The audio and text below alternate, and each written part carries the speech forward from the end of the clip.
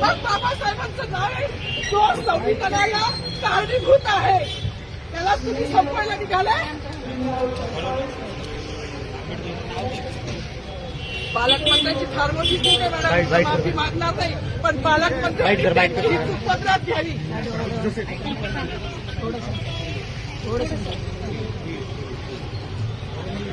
मला मीडियाशी घेणं नाही मॅडम, मला सस्पेंड केलं, मी मारूनचे गाड्या उपसी, मी माती काम करीन, पण बाबासाहेबांची ओळख पुसून येणार नाही. मला सस्पेंड करायचं करू शकता मॅडम. बाबासाहेबाला संपवायचं काम करायचं नाही. 26 जानेवारी 15 ऑगस्ट मध्ये मी नाही मानत, पण लोकशाही मॅडम तुम्ही सुद्धा संविधानामुळे आहात, पालकमंत्री सुद्धा पालकमंत्री संविधानामुळे आहे. कोणताही जाती भेट नाही, सगळी समानता केली आहे. बाबासाहेबांचं नाव आता तरी भाषणात येईल, मग तरी भाषणात येईल. ज्या लोक संविधानाला लोकशाहीला कारणीभूत नाही त्यांची नावं वारंवार घेतली गेली, मग जो संविधानाला कारणीभूत आहे तो प्रजासत्ताक दिनाचा जो मानकरी आहे त्याचं नाव भाषणात का नाही.